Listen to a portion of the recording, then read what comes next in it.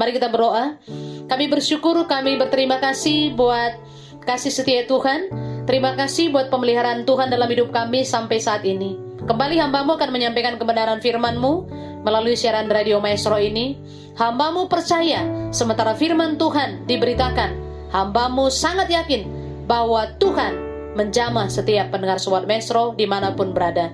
Sebab ketika firman diberitakan, maka firman itu akan mengerjakan segala sesuatu seperti yang firman mau. Terima kasih Bapa di sorga. Terpuji nama Tuhan. Dalam nama Yesus kami berdoa, sama-sama kita katakan amin, amin. Shalom Sobat Maestro dimanapun berada. Berjumpa kembali dengan saya Pendeta Dr. Sayang Tarigan MTH dari Kasih Doa dan Kehidupan Ministry. Saudara, senang berjumpa kembali dengan saudara semuanya. Saya akan bagikan kebenaran firman Tuhan dari kitab Ulangan pasal 8 ayat 1 sampai dengan 20. Tema yang saya bagikan adalah flashback. Saudaraku semuanya, di dalam kitab Ulangan pasal 1 ayat kitab Ulangan pasal 8 maksud saya ayat 1 sampai dengan 20. Di sana diceritakan perjalanan bangsa Israel. Sengaja Tuhan membiarkan selama 40 tahun di padang gurun. Apakah Tuhan dapat membuatnya menjadi singkat? Tentu sangat bisa, saudara. Tetapi segala sesuatu itu ada maksud dan tujuan Tuhan. Ayat yang kedua berkata begini, ingatlah akan seluruh perjalanan yang kau lakukan atas pimpinan Tuhan Allahmu di padang gurun selama 40 tahun ini. Dia bermaksud merendahkan hatimu dan menguji engkau untuk mengetahui apa yang ada dalam hatimu. Apakah engkau berpegang pada perintahnya atau tidak.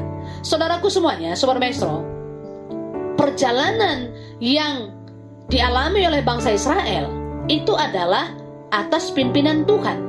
Segala sesuatu yang terjadi dalam kehidupan bangsa Israel pada waktu itu, Tuhan punya maksud dan tujuan. Maksudnya adalah yang pertama merendahkan hati bangsa Israel. Supaya apa saudara? Supaya ketika mereka keluar dari padang gurun, mereka tidak menjadi pribadi yang tinggi hati.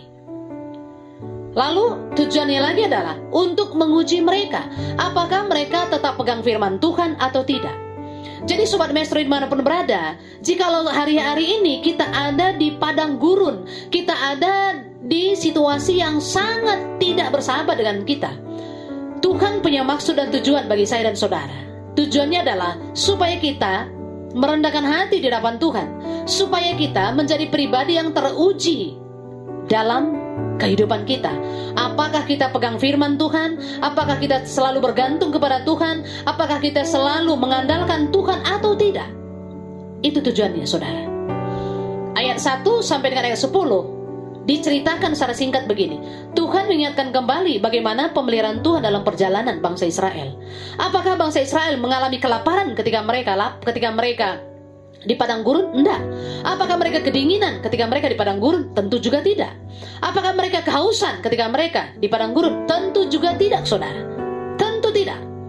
Ayat 3 berkata begini, ia merendahkan hatimu, membiarkan engkau lapar dan memberi engkau makan mana yang tidak kau kenal dan juga tidak dikenal oleh nenek moyangmu, supaya engkau mengetahui bahwa manusia hidup bukan dari roti saja, tetapi dari setiap firman yang keluar dari mulut Allah.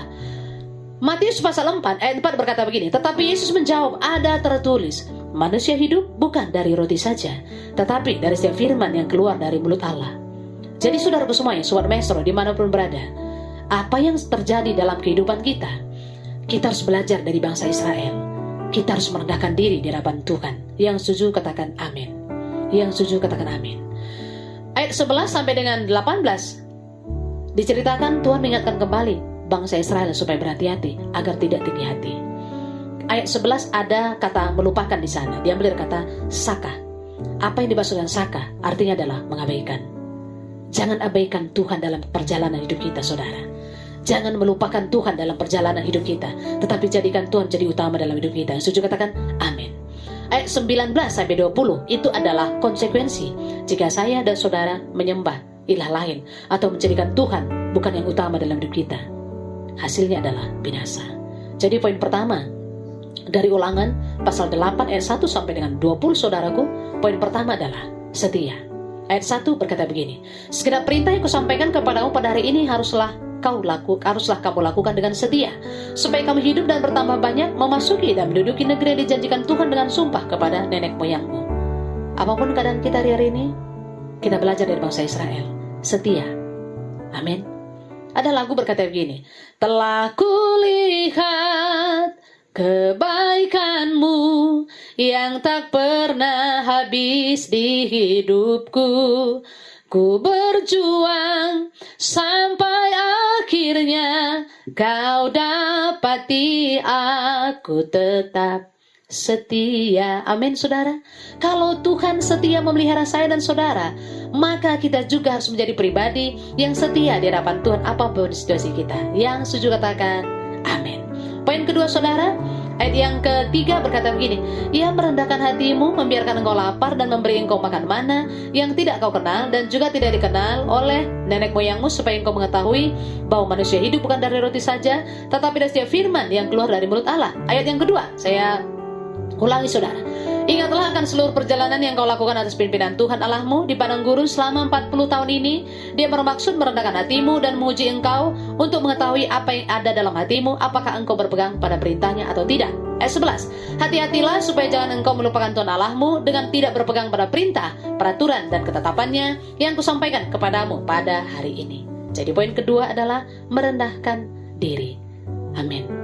Poin ketiga ayat 17 dan 18 berkata begini, jangan sampai kau katakan dalam hatimu, kuasaku dan kekuatan tanganku lah yang membuat aku memperoleh kekayaan ini. Tetapi haruslah engkau ingat kepada Tuhan Allahmu, sebab dialah yang memberikan kepadamu kekuatan untuk memperoleh kekayaan dengan maksud meneguhkan perjanjian yang diikrarkannya dengan sumpah kepada nenek moyangmu seperti sekarang ini. Poin ketiga adalah mengakui kebesaran Tuhan. Jangan pernah merasa kalau kita sampai hari ini diberkati itu karena kehebatan kita.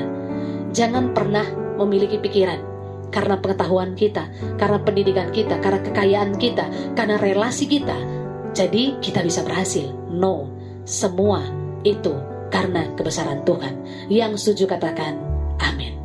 Jadi poin pertama, kita belajar dari Ulangan 8 ayat 1 sampai 20. Kita belajar dari perjalanan hidup bangsa Israel, saudaraku semuanya. Poin pertama adalah setia.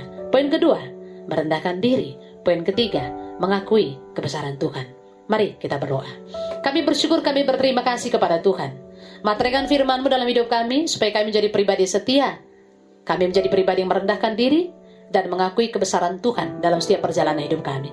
Berkati Sobat Maestro dimanapun mereka berada. Terpuji nama Tuhan. Dalam nama Yesus kami berdoa dan mengucap syukur. Sama-sama kita katakan amin. Tuhan Yesus memberkati. Shalom.